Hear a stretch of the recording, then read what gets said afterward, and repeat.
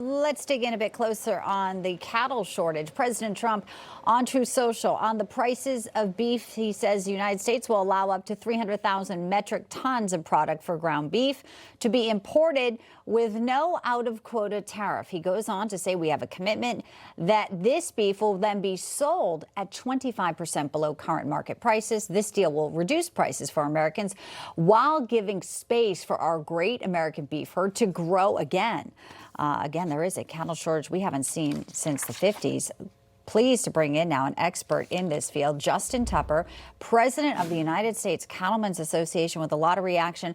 Welcome in, sir. It's good to have you. Thanks for having us, Bianca. All right, so a lot of numbers are out there, and they're pretty startling. The cattle herd, per the USDA, down 8 million compared to 2019, but really, Justin, the lowest level of cattle here in the United States since the 50s. And people want to know why. Of course, there's droughts. There's that pause from the screwworm in Mexico. You've been tracking all of this. You know the industry inside and out. Is the 25% decrease that the president is promising something that this administration can get done?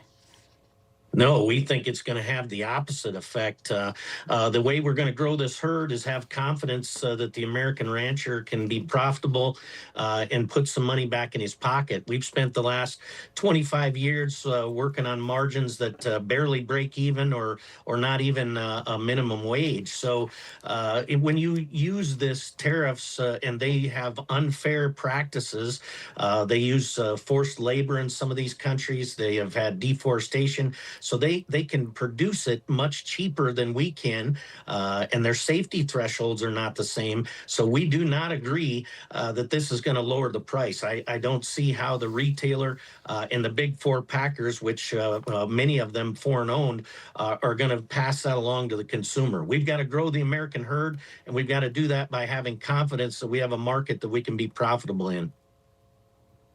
Okay, all interesting takeaways here. And when you talk about the nuances too, and the packers, why are we seeing more of the stories like this? Tyson Foods cutting 3,200 jobs, Justin, closing 3 beef plants as their herds have shrunk. So clearly it's impacting jobs. But we do know the Agriculture Secretary, Brooke Rollins, says they are committed. Let's play a little bit of what she said to try and solve this crisis. I don't know, at least in my lifetime, that there has ever been a White House, a president, an Oval Office that has had more discussions about agriculture and farmers and ranchers.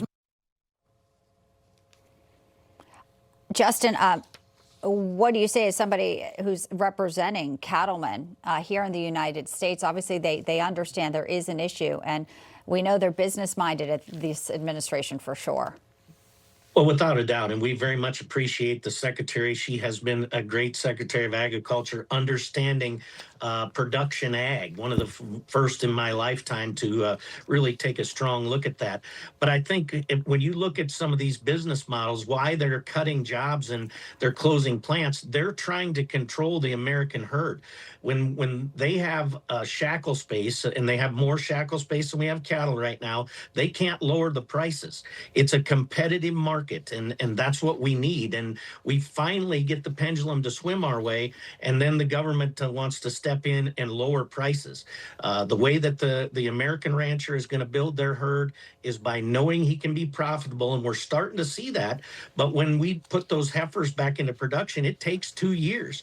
It's a cycle that has to happen. I guess our biggest argument is, yes, beef is higher, a pound of ground beef at $6.50, but look what a box of cereal costs. Look what a cup of coffee costs. Look at any of those things. They're all high. Why do we want to attack beef when it's American ranchers that are finally trying to be profitable and move in this sector that I think all prices are high in all sectors?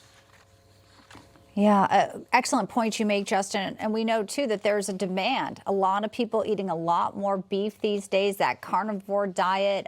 There's a lot of focus on that and having more protein. So there is a demand. But as we just mentioned, it is clearly a supply shortage since the 1950s. I really appreciate your expertise. We'll continue to track this. And, of course, America's ranchers. Hope to see you back here soon. Justin Tupper, a pleasure. Thank you, Bianca. Appreciate it. Thank you, sir.